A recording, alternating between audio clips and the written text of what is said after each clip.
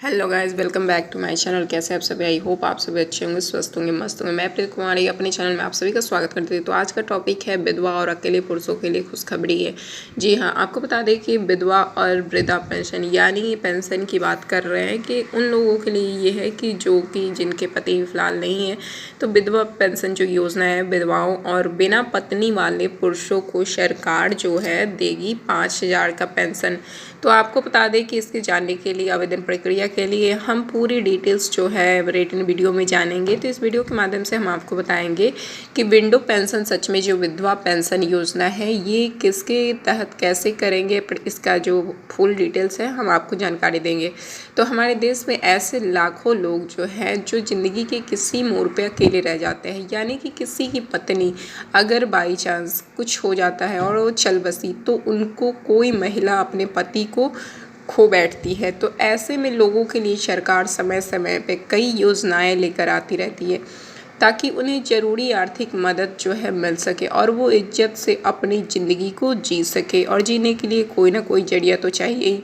तो ऐसा ही एक योजना है विधवा पेंशन योजना, जिसमें विधवा महिलाओं के साथ साथ उन पुरुषों को भी 5,000 तक की पेंशन मिलेगी जिनकी पत्नी नहीं है। तो ऐसे बहुत सारे व्यक्ति हैं। तो आइए हम जानेंगे कि इस योजना की पूरी जानकारी जो है इस रिटन वीडियो के माध्यम से जानेंगे। तो आवेदन की जो प्रक्रिया है और इससे जुड़ी जो भी जानकारी है हम आपको सही सच्चाई और पूरी जो डिटेल्स है फुल डिटेल्स हम आपको देंगे कि इस योजना का जो प्रक्रिया है पूरी प्रक्रिया के बारे में हम इस रिटन वीडियो में आपको बताएंगे कि आवेदन से लेकर कैसे कैसे आपको क्या करना है, किस किस प्रदेश में कितना पेंशन जो है लागू किया गया है और कितना आपको मिलेगा, इन सब सारी चीज़ों को हम इस वीडियो में, तो वीडियो को बिल्कुल स्किप मत करिएगा, वीडियो को अंत तक देखिएगा।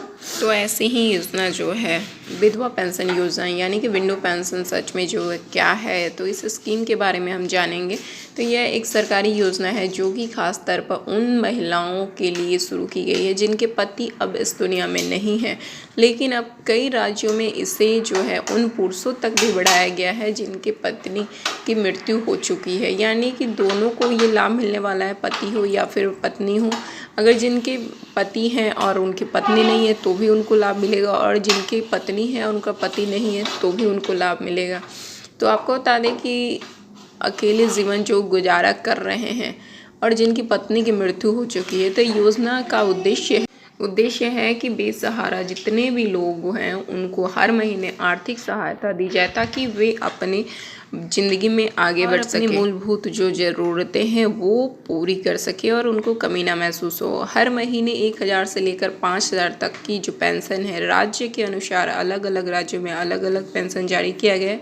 किसी भी जाति, धर्म या वर्ग की महिला जो है या पुरुष वो आवेदन कर सकते हैं, इसमें कोई आपको आपत्ति नहीं है। विधवा योजना का जो पैसा है बैंक के खाते में सीधा पैसा पर ट्रांसफर टीबीटी के जरिए होगा, और वृद्धावस्था में बीमारी या कोई अन्य आपात स्थिति में ये जो योजना है आपका सबसे बड़ा सहारा बनेगा।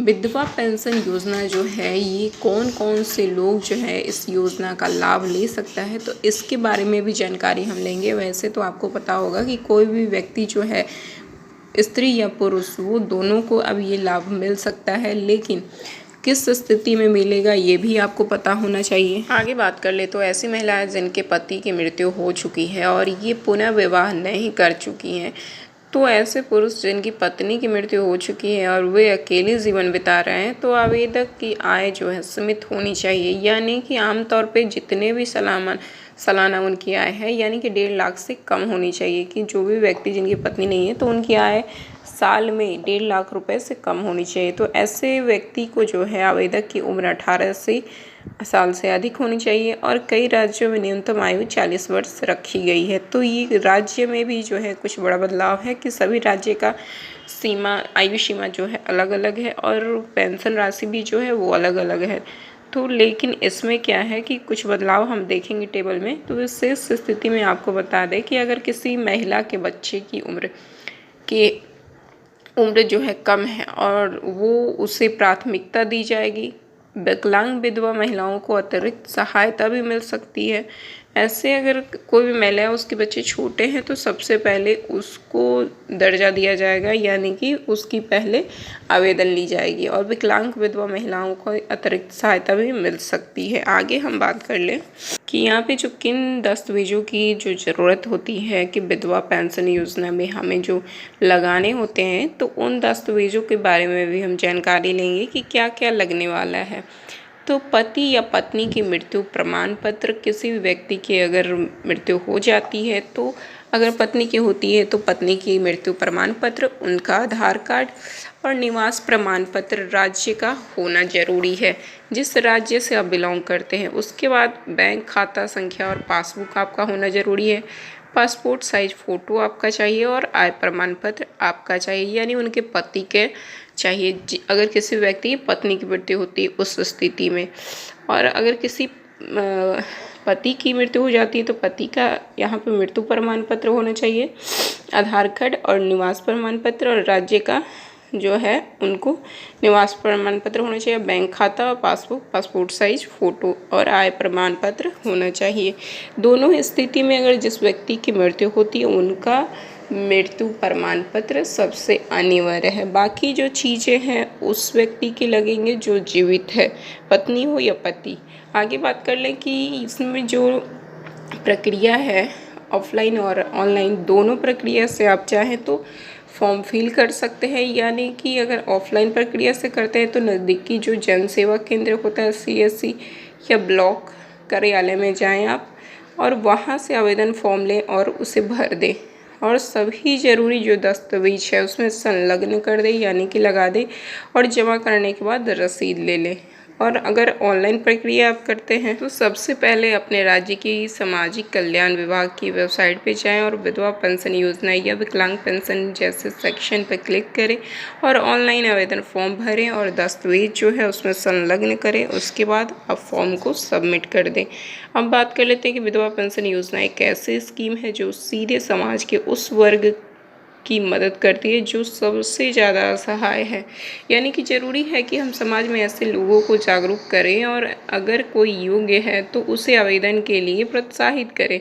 योजना से न सिर्फ वित्तीय राहत मिलती है बल्कि जीने का एक उम्मीद भी होता है। तो सही बात है कि उस स्थिति में किसी भी व्यक्ति का दिमाग जो है काम नहीं करता है और हमें समझ में नहीं आता है कि हम करें तो क्या करें। तो ये जो योजना है, अगर कोई व्यक्ति आपके आस पड़ोस या फिर किसी के भी साथ ऐसी घटना होती है तो इस बारे में उसे जानकारी ज़रूर दे दें। आपको बात बता दें कि इस टेबल से हम समझेंगे कि किस राज्य में कितना मासिक पेंशन है और आयु सीमा कितनी होनी चाहिए। तो आपको बता दें कि अगर राज्य उत्तर प्रदेश UP की बात कर ले तो इसमें मासिक पेंशन आपका 1500 रुपये है और आयु सीमा आपकी होनी चाहिए 40 वर्ष। दिल्ली की वही बात कर ले तो दिल्ली में मासिक पेंशन जो है 2500 रुपया है और यही आयु सीमा जो है 18 वर्ष है। और यही राजस्थान की बात कर ले तो यहाँ का मासिक पेंशन जो है ये 1000 रुपये है। इनके भी आयु सीमा 18 वर्ष होनी चाहिए कि 18 वर्ष की जो व्यक्ति है उन्हें जो है मासिक पेंशन जो है मिलने लगेगा। महाराष्ट्र की बात कर ले तो 1200 रुपये मासिक पेंशन है और उम्र 40 वर्ष है। बिहार की बात कर लें तो बिहार में मासिक पेंशन 1000 रुपये है और यहाँ पे उम्र जो है 40 वर्ष होना चाहिए। तमिलनाडु की बात कर लें तो 2000 मासिक पेंशन है, यहाँ पे ज़्यादा है, आप देख सकते हैं।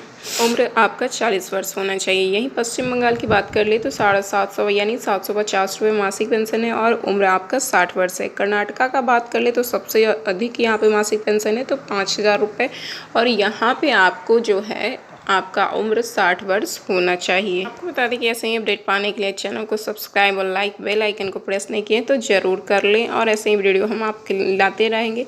मिलते हैं फिर से नेक्स्ट वीडियो में, तब तक के लिए बाय बाय, टेक केयर।